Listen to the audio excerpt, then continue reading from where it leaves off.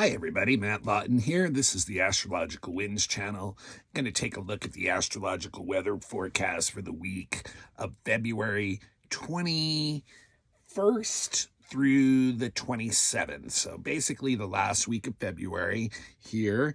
And there's not a super lot going on this week, but some interesting stuff. The first thing is it's something that I actually mentioned in the monthly, and I considered it one of the 4 or 5 main energy signatures of this month that was kind of like operating in the background. And on Wednesday, that aspect becomes exact, and that is Jupiter semi-squaring Pluto. And it's interesting. I mean, you can go back to the monthly, but I'll go over it again a little bit, maybe not quite as much detail, but, this is an energy we're feeling like over a period of, a couple weeks or so here. So we're kind of like in the middle of it. It's been like the last week or two, the next week or two, we'll still be feeling this energy. And, really more than anything, I think, the semi-square. So it's like, Jupiter and Pluto have a lot to do with power, being in powerful positions, being like in an authoritarian type position. So here, I'm thinking, what's going on is there's going to be like some frustration in what we're trying to do, like as far as what we consider the great things in our life. What we're really trying to achieve right now, we might find out that there's like, just a lot of frustration in trying to get it where we want it to be going. And what we have a tendency to do when Jupiter and Pluto does that is we can kind of like really find ourselves starting to wield our power to try to make things happen. And it may just not be the right time yet. A lot of times the semi-square is kind of like one of these aspects where you just kind of got to wait things out still. So it can be internally frustrating because it's like, a little bit of a patience test. But, what happens is when we do wield our power in trying, to push what we're trying to achieve, that whether the intentions, no matter what the intentions are, what we find out right now is we get a lot of blowback. We're going to get a lot of people pushing back, where the situation's pushing back to us, which can dissolve like into like almost like a power struggle kind of thing, which, can get into like, just like a, continuing like, coming at you, going back at them kind of thing. And so it's kind of tough there. And then a lot of Jupiter, Pluto too, especially the Pluto part, is trying to rebuild things, trying to regenerate things, trying to like fix things that are, not in the condition that you really want them in. So there may be some frustration on that level too, where you kind of know where you want to make reformations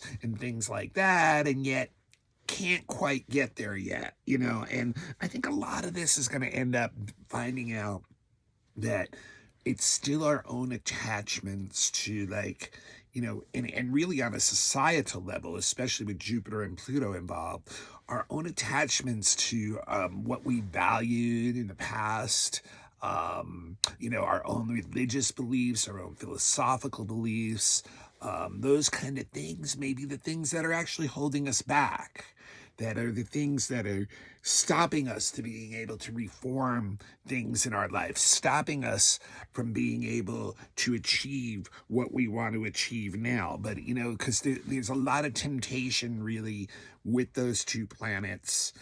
They expand the ego kind of and really want to like, have the control and the power. So it can really be, really get into that energy of wanting to like do that, and and then just finding out like it just is not quite set up to do that yet. So a lot of frustration, but watch for that part of it, of just trying to like, maybe it's your own old values and beliefs that are like really the source of that frustration. So it's something for us to check in with this week. Now, Wednesday, that, like I said, that is exact on Wednesday, but there's a couple nicer aspects on Wednesday. And I really think Wednesday is a day where we can actually find some healing energy, some calming energy, some energy that gives us like a balm or a salve to a lot of what's going on. And the two aspects that are happening on Wednesday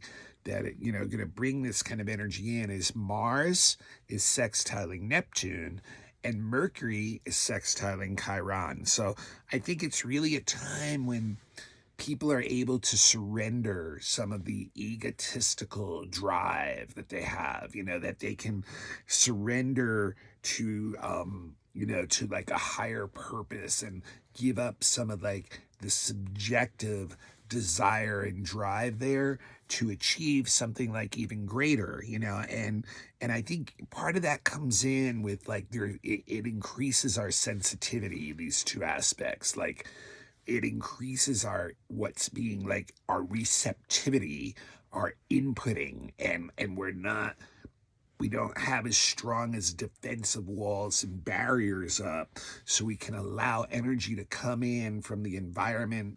We can allow energy to come in from our surroundings, from other people, and be really sensitive in relationships too, and being able to like, give and take, receive, and and want to like come to a higher spiritual or unconditional loving space that brings in like healing to ourselves and the others that we're connecting with. So there's a lot of really good energy there. It's we're really curious about different like techniques that we can use to bring in like a more flowing and harmonious way of releasing our energy. In any way that we do that, if we're doing something that's like active, it's a way of where we can flow more easily in a physical way, where we can like release the energy in a nice, harmonious,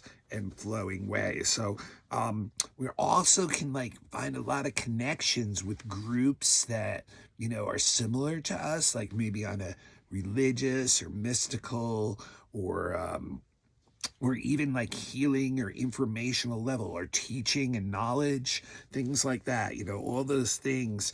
And it's the kind of thing too with those two energies, even when we're getting the input, a lot of the conversation is inner too. It's contemplative, it's meditative. So it's not only a day to get that input, but to take it in somewhere, maybe have some quiet time for a little bit and really just kind of allow it to go down into you and sink into you, and like try to figure out what, insights you can get on yourself in that. But it's a great time, with, when you think of those four together, Mercury, Mars, Chiron, and Neptune, it's just a great time to study different, healing techniques or spirituality or art forms or mysticism or, the occult.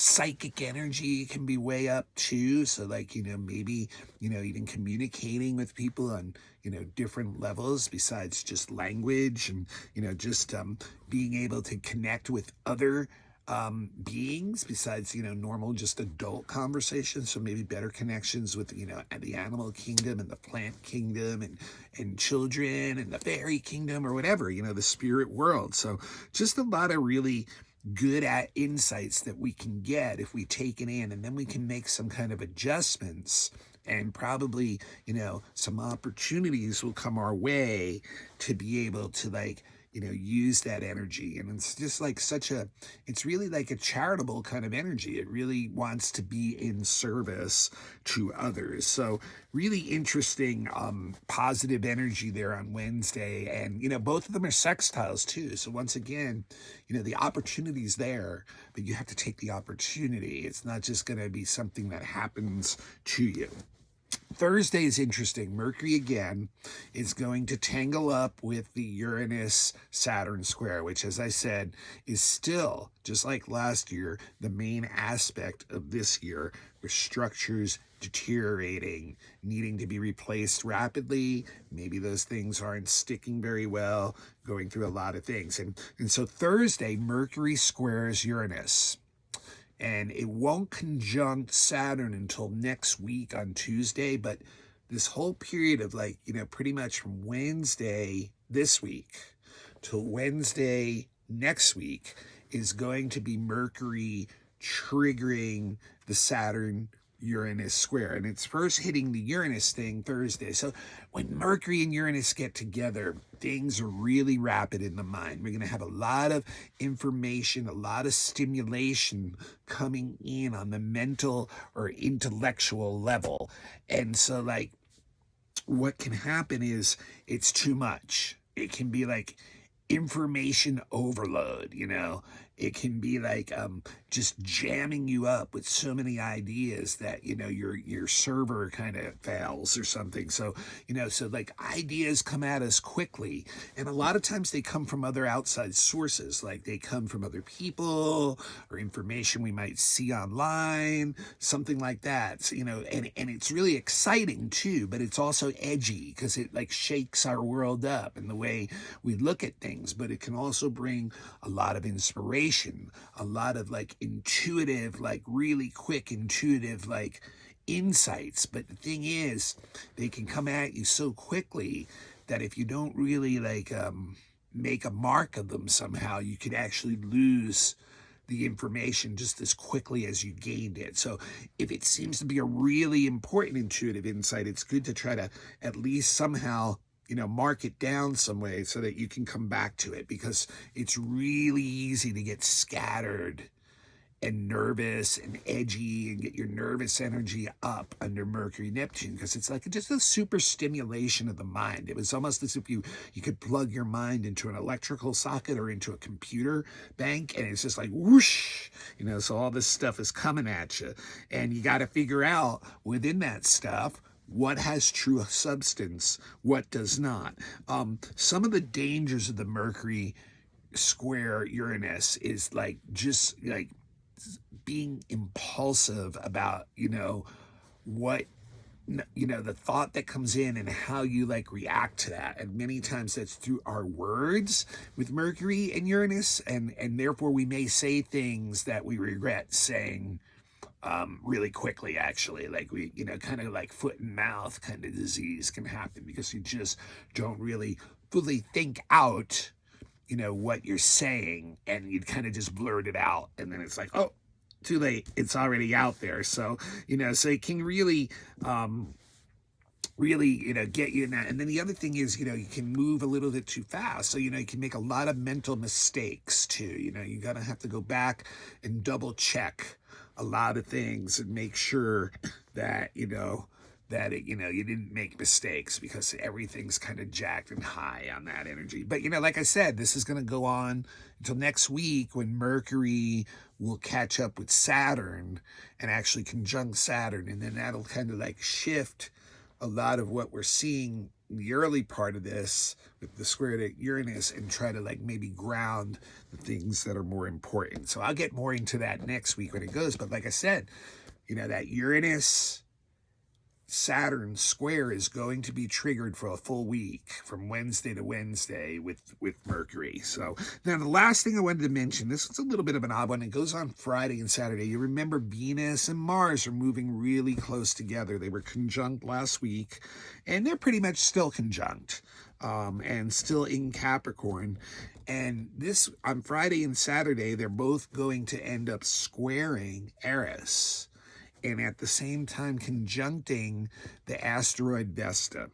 So, the square to Eris can be tricky because it's probably going to really put the imbalances in relationships really in our face, and it could possibly get really chaotic and upsetting on that level, and it could really shake some relationships up, and I think really when you see that Vesta is involved too, a lot of it can do once again with the same thing I was talking about with Jupiter and Pluto, where old belief systems are blocking us from where we're really trying to get to. Eris does bring in change, and change can be a very positive thing. It can bring a lot of growth in. But I think, what we're seeing here with Venus and Mars, which is all about relationships, that, the imbalances are going to be seen, and it's going to create a stress level. But then we're going to be able to go back in and see, like, well, maybe the imbalances are being created because I'm looking at it in an old way, and that, and therefore trying to, like, maybe control relationships, or, just not be very committed about it where it is, or kind of, that kind of thing. But, the amazing thing about it is, like, if you can turn that around and use it in a positive way, what you'll find out is that the Vesta shows that, you actually could have a lot of very similar values in relationships. So maybe you can invite in Eris with someone that you trust, or groups that you trust, to bring change and update your guys' principles or beliefs into, like, a higher octave somehow. And, like, and a lot of this may even have to do with, like, the roles of, like, how we are in relationships. How does, like, a male or a female or a person respond in a certain relationship? How does, like, you respond, in ritualistic behavior in group situations? So all that stuff, and a lot of times too, you got to remember with Vesta, people have the same principles and stuff too. So, like, there can be this bringing together of people in similar ways who want to, take action. And that could be the Eris part, to, kind of shake things up, to get their principles and values into the narrative that's out there. But on a personal level, it can really, if you can integrate that change and update those, like, ways of being in relationships, then you can really get into some very devoted, passionate, deep intimacy with, others. So a really interesting little challenge, next weekend, to not allow the Eris to shake up that relationship so much that it, dissolves into chaos, but to, open it up to more trusting and change. And it's going to, be challenging at that square. It's going to feel, hard at times to do that. But if we can kind of do that, and find those people that, we're wanting to go to the next level with, it can really bring us to some really deep places with them.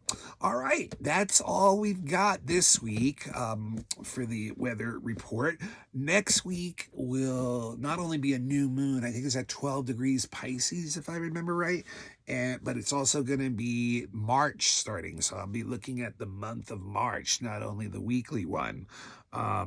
So tune in for that next week. And the Astrological Winds channel is on YouTube every week. So if you have a YouTube account, become a follower, and then remember to turn your notifications on, and then you'll know when the blog is posted. I also post the blog on all kinds of podcasts through Buzzsprout. There's probably about 20 different podcasts that have it. I know Reveal does, Apple iPodcasts, Spotify, things like that. So all you got to do is go look up the Astrological Winds channel and you can get it on podcasts. You really don't have to necessarily see my face or the computer screen of the chart to actually get the gist of the blog here. And also other ways to follow it. Instagram, look up Astrological Winds channel. become a follower. And sometimes I do post other stuff on Instagram too about each day or some other things that I see that I didn't have time to get to on the weekly. So, and I'm going to try to become more regular with that. So look forward to that. And then if you want to try to get me on Facebook, my Facebook is private. So you have to ask me to be a friend first. And it's Matthew Lawton, Lauten. And then you can always, I do post the link on Facebook too. So there's a bunch of ways that you can find the blog. It doesn't have to just be YouTube. Now, the blog is a free service. So what I'm asking for you is to please find someone in your phone right now and pass the link on to it. And if you'd like to give me a donation, I won't say no to that either. You can just look me up again, Matthew Lawton, Lauten, on PayPal or Venmo or Zelle. No donation is too small. $1, whatever you want to send is fine. And, and not required whatsoever. But I know people ask me about that once in a while. But the best way you can support me financially is if you need a reading or you know someone else that needs an astrology reading. I've been doing them professionally for over 20 years now. Have amazing experiences with people. And, give you the gift of greater self-awareness of what's going on in your chart. That's your natal chart, which is I recommend getting a reading for first. I also do predictive readings, which is just what I'm doing right now for the week, but I do it for you for the year. So you can get one of them every year. And also relationship charts. If you're in some kind of relationship, you can do that. Child's charts, if you're looking at children's things and where you're want to get an idea of where your child's at, that kind of thing. Elections, if you're looking for the best time of an event. Horary, if you have questions that you just can't seem to get the answer to and you're feeling really emotionally triggered by it, that's available. Astrocartography or relocation astrology, if you're thinking about moving or you want to see what parts of the world your energy might be in a better flow, that kind of thing. So all kinds of services. Fixed star readings, which I definitely recommend too after you get a natal reading, because it can really bring you a lot more depth into your chart and the reason you're here on this world in this time. So also have classes available. There's 5 beginner classes that are available on Dropbox. They're $20 for students, $25 for non-students. And, if anyone picks them up and can keep going, and I'm ready to do the 6th lesson whenever anyone gets to that point. So they're available too. Just contact me for any of these services. The best way to contact me is through email, matthuE823 One more time, it's matthuE823